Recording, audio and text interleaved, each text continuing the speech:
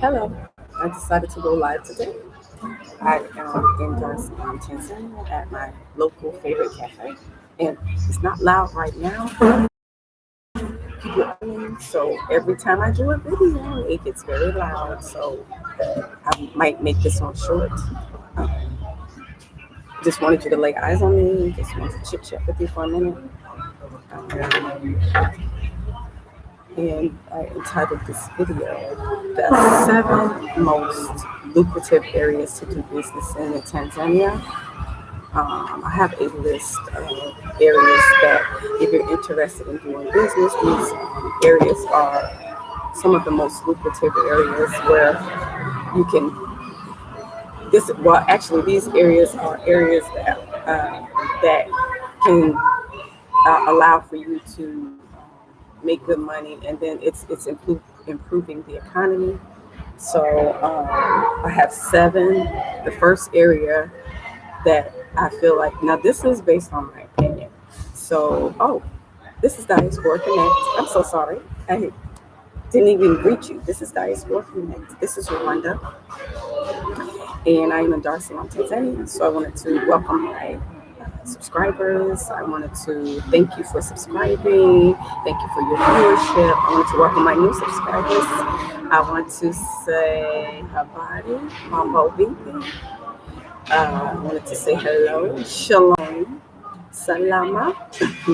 So yeah, I just wanted to do this video because I wanted to touch on the 7 most lucrative areas to do business in Tanzania, in my opinion. So the first area, it would be in the mining field. So with mining, there are a lot of mines here. So they mine tanzanite, they mine gold here. So mining will be a good lucrative area to do business in. There are 3 areas in the mining. In mining, there are 3 areas that you can possibly invest in. You can invest in the equipment for the miners, the equipment that they use to mine with, the heavy equipment. You can invest in the middle process, where once they pull out the tanzanite and they do the sifting and cleaning off. That's the middle area. You can invest in that area, and then finally you can invest in gold, which you would need to connect or deal with a seller of the gold. And for the most part, as a foreigner, you would need a broker's license to invest in gold. You can't do that as an individual. You would have to do that as with the broker's license. So you would definitely need a broker's license to invest in gold. And I believe, from what I heard, now don't quote me on this, I believe it's about 4,000 USD to get a broker's license as a foreigner. It's ideal and that could be a Tanzanian price. It could be more if you're doing it by yourself. So it's best to partner in any of these areas. It's best to partner with a Tanzanian when you're doing business here. So with all these areas that I'm mentioning to you, just keep in mind that partnering with a Tanzanian would be the most ideal way to do business with these areas that I'm listing for you. So the next area would be agriculture. Of course, there's a lot of land here. It's very fertile. So agriculture, farming, those are 2 good areas that you should invest your time and money into, instead of, well, I'm not going to name any other ones, but just those are 2, agriculture and farming. I heard that chicken and goats are good money makers here. So with chicken, you can have eggs or you can sell the chicken. So there are several things that you can do. Then you can get a rooster too. So goat is really a good seller. So chicken, goat, agriculture, farming. Those are the areas you want to invest your money in. You want to partner with a Tanzanian in these areas. Another good area, a lucrative area, is, from what I've noticed, is plumbing. If you are a plumber or you have connections in the plumbing industry or field, you would be helpful. It would help the country. because there are some areas with plumbing issues or issues where the water backs up sometimes, and it appears to be closer to the peninsula, closer to the water. So I don't know what that is, but if you have any kind of knowledge or experience in the plumbing uh, arena, you can partner with a Tanzanian and you can work together and you can, you know, advise them, or, you know, you can share information of what we do in the West, which will be beneficial to the plumbing companies or individuals here. So a lot of the fundies, which are the repairmen, and they work on everything from plumbing to electricity to repairmen to fixing cars. They're all fundies. So you could lend your knowledge as a partner to them to make their processes streamline their processes, and then make it more efficient and effective in the way that they do things, because they work they do a lot of manual uh, things, processes. They have a lot of manual processes. So if you are a little bit, I mean, you can help them streamline a lot of their processes in the plumbing. And the same, another area is electricity, or an electrician. That would be a good area to be able to invest in, partner with the Tanzania.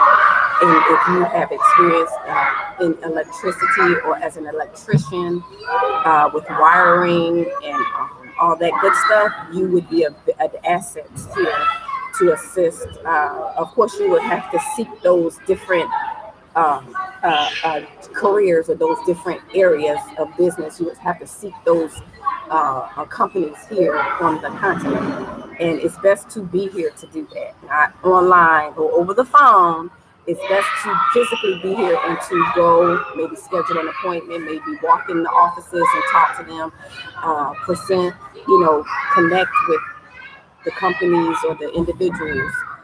That's another area. So far we have mining, agriculture, farming, plumbing, and electrician. The final area, which would be area 7, would be 1, 2, 3, 4, 5, 6. 1, 2, 3, 4, 5, 6. I'm sorry, 6 areas instead of 7. I would say 6 areas because it's mining, agriculture, farming, plumbing, electrical, and the last one is uh, concrete. So if you are experienced in laying concrete or anything like that, laying concrete or fixing roads, that would be very beneficial or helpful here in Dar es Salaam, Tanzania. Off the main roads, they're pretty much paid pretty well, but like the side roads, it's just a matter of them having someone to show them how to level the road off or the dirt off. So I don't know. I think that's concrete, or it may be paving. I don't even know what that career is. I was just thinking concrete. So even if they don't want to, make it concrete like the dirt roads, but it's like they just need someone to help level the roads off, even if they're dirt roads, instead of it being like a bumpy situation when you drive on it. It would be helpful if you had some kind of skills or ideas that you could lend, that you can partner with the Tanzania and lend for those who do work on the roads and the infrastructure, lend the ideas of how to level off the grounds. So it would just be a little easier as you drive through those particular areas. And so those are the areas that I wanted to mention to you, that are really lucrative areas in terms of doing business here. So when you come here as a foreigner, many want to start businesses in areas like that we have in the West, like food. I mean, you don't want to create or start a business that they already do here or they already have here. You don't want to do that because it may not be as lucrative. You starting a business in food and they have a lot of restaurants here or something like that. You don't want a laundromat or barber shop. I mean, they have those here. So you want to you see a need and you want to provide a service for the need that they have. So always look at it that way when you want to come to the continent and want to create a business or invest in companies or businesses, that those areas that I just named are the most lucrative to do business, to start a business in, the most lucrative. So yeah, I just wanted to come to you to give you those six areas. I have to change that. 6 areas that are most lucrative, unless I think of another one. Let me see. 1, 2, 3, 4, 5, 6. Another area that would be lucrative here would be okay, 7. I'm going to keep it at 7 most lucrative areas to do business here on the continent in Dar es Salaam, Tanzania. In particular, is import-export.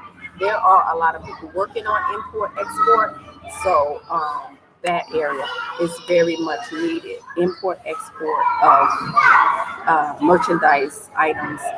Since we have that international connection in the West, then we can work on importing and exporting because we have the raw materials here. We have moss, we have our fruit, vegetables, we have gold, we have tanzanite, we have everything here, but we need to get it to the West. We need to get it there. So import, export would be a good business. You have to get the license, find out how much that costs.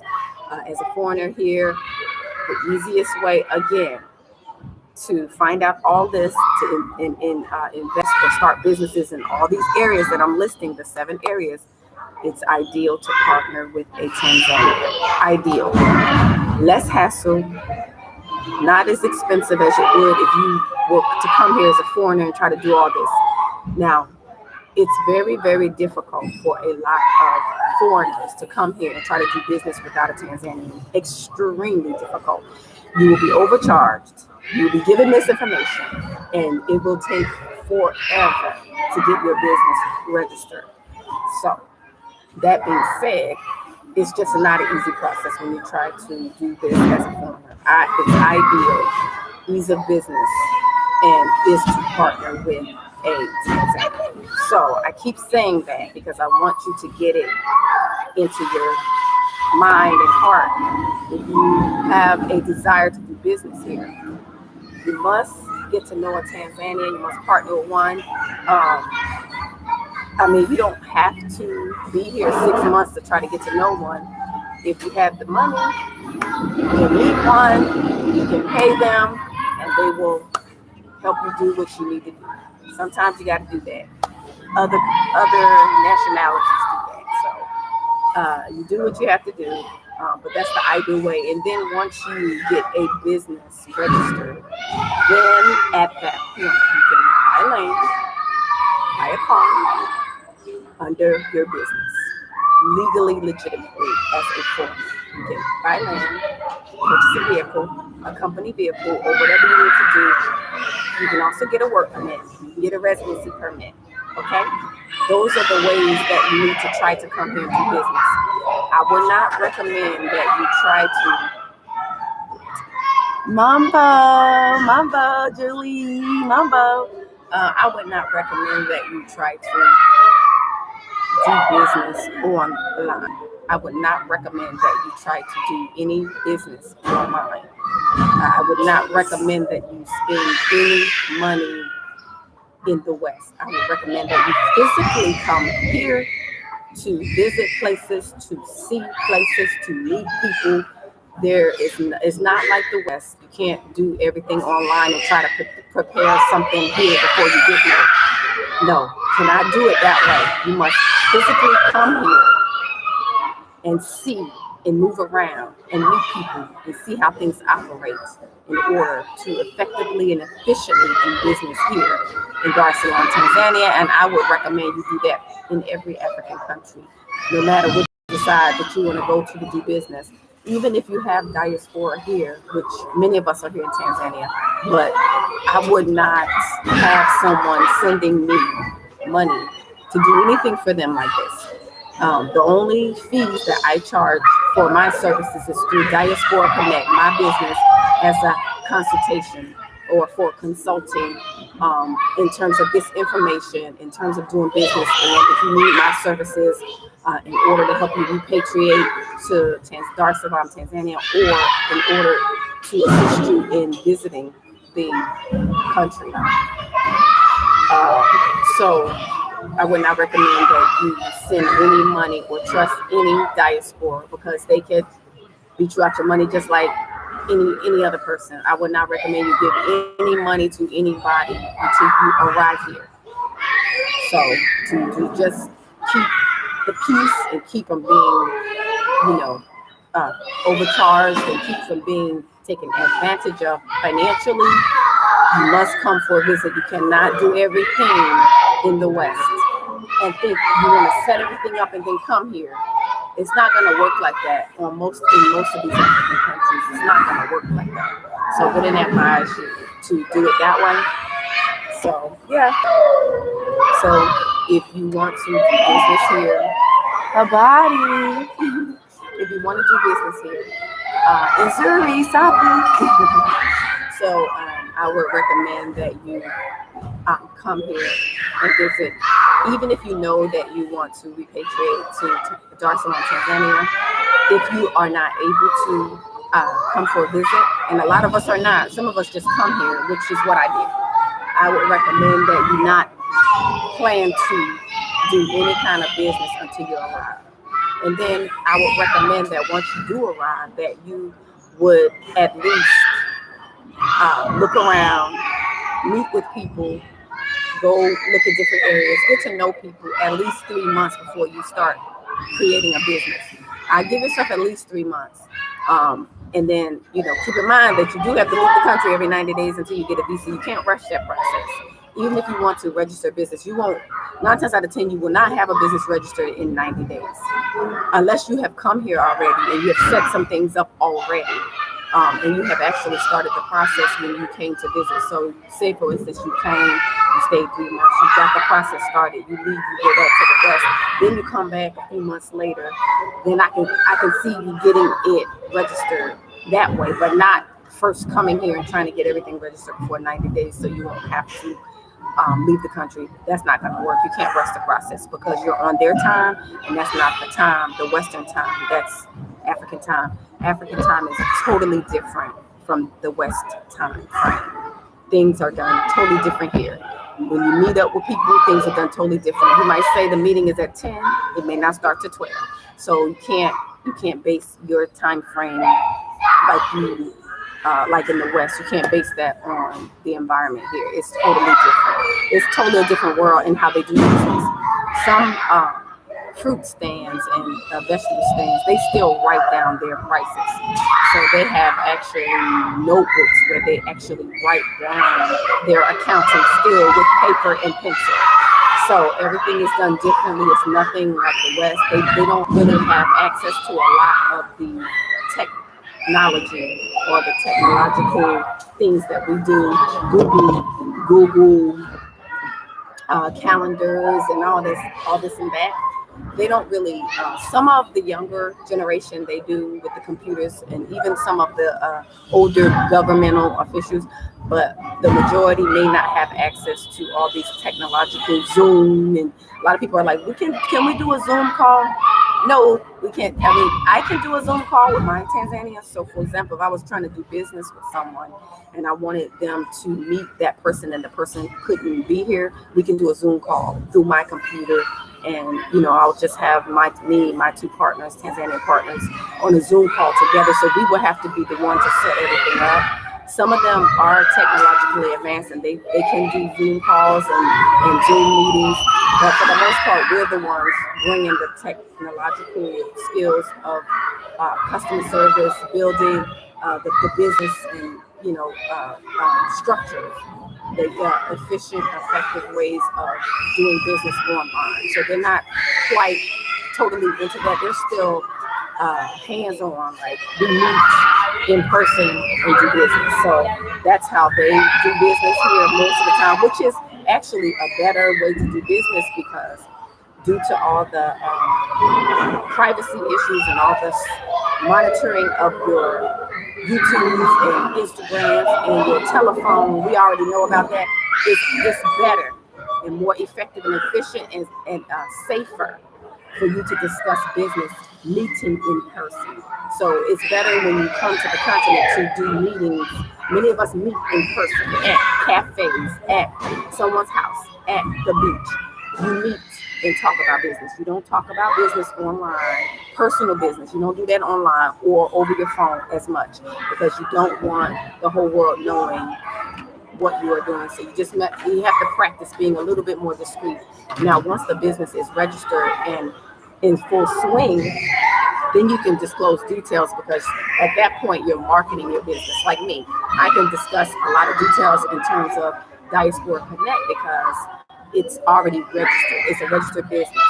And so it's legal, so I can discuss what I'm doing, the name, and then I'm doing marketing myself. Like I'm not paying somebody to do marketing for me. I'm doing my own marketing via Instagram, Facebook, YouTube, whatever social media, Twitter that I have. That's what I'm doing. So I'm doing my own marketing for my business. And mine is simple. I'm just basically helping and assisting diaspora to come here.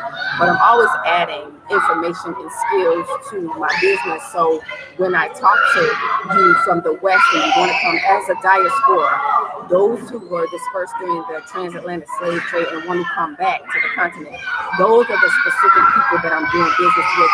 Yes, my business is specific to the diaspora. It's not for everybody. There are plenty of companies out here that cater to the other people. I'm catering to my own people. So make that clear. So yeah, because we're the ones that need help. We're the ones that don't have, we don't have friends.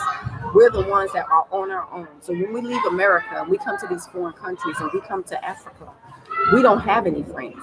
We must set up networks in each country to where we can assist each other or one another to repatriate, to assimilate, to visit effortlessly to help us with saving money and budgeting in our finances and different things that we have to manage here being a foreigner in a foreign country, considering the fact that we have to leave every 90 days, considering the fact that we have to travel and spend certain amounts of money and where we need to go when we leave the country.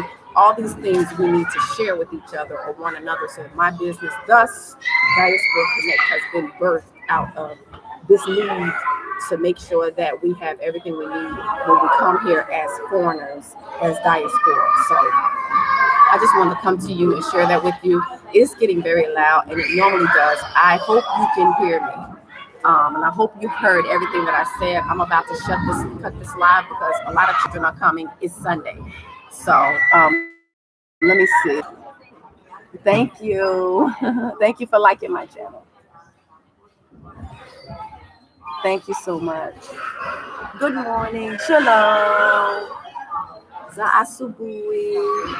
And all those great things. So yeah, I just wanted to do this video. Please like, share, and subscribe because the more likes I get, the more it'll be shared in the algorithm. Is it the algorithm? I don't know. The more that I'm still learning this whole YouTube thing, so please bear with me. I'm trying to learn how to do the music and the commercials. I'm still not at that point. I did find some music, but I'm trying to learn to coordinate it in my videos. So I don't know that yet, but basically I want to come to you with this very important information. Whenever I find out information, and if I think it's something that would be beneficial to you as a diaspora coming here to the continent or wanting to repatriate, I want to share it with you to make sure you have that pertinent information. And it's good to get advice from all different age ranges. You have the millennials, the Generation X, and you have the older crew like me, and then you have the baby boomers, which is, I guess, 60s, I guess. I don't know. But anyway, I'm not there yet, but I am mature. So it's just a different advice from different people. Some people struggle here. I've been here a year and a month, well, a year and 3 weeks. So I haven't had any major hiccups. It's just a matter for me of managing my money, and it's just a matter of me finding streams of income to sustain myself. So thus I created the business for some, it's little streams, but it's building up. That's why I have my PayPal, my Cash App for the consults, and even with my business, I have a list of services that I will provide to those. It's mainly for diaspora, not so much for local Tanzanians because they live here, but the jobs and most of the positions that the services that I provide will be done by Tanzania. So that's how I'm connecting the two sticks coming together, because I'm bringing in the international crowd, the international diaspora, connecting them with the local Tanzanians on the continent, bringing the two together, the two sticks coming together to be one as a force that will not be reckoned with. Because once we come together, the diaspora and the continental Africans come together, will be a force to be reckoned with. And that's what my goal and assignment is, being here on the continent. So that's what my purpose is. So I just wanted to do this video, and I will come back to you in a couple of days. I'm trying to do this every couple of days. I come to this cafe. I've been coming to this cafe like every other day. So just wanted to share whenever I think of information or I see videos that other people sharing about certain things. I'm learning to watch other videos to see what content is interesting and what people are asking questions concerning different issues. I want to make sure from my perspective that I provide answers and solutions. So that's it. Let me see any more comments. No comments. Everybody's just saying hello, Habari, Mambo, VP. Again, thank you so much for visiting my channel, for your viewership. This is Diaspora Connect. My name is Wanda Hanford. And I welcome you to my channel. Please like, share, and subscribe for anyone who's interested in visiting Tanzania and or repatriating to Dar es Salaam, Tanzania. Now I'm going to start spreading out my information for certain areas. I'm working right now on the Morogoro area. I have a dada that moved there, so she's learning the ropes, and so she's going to give me more information, and I'll probably go to visit, and then I'll do some videos out there so you can see.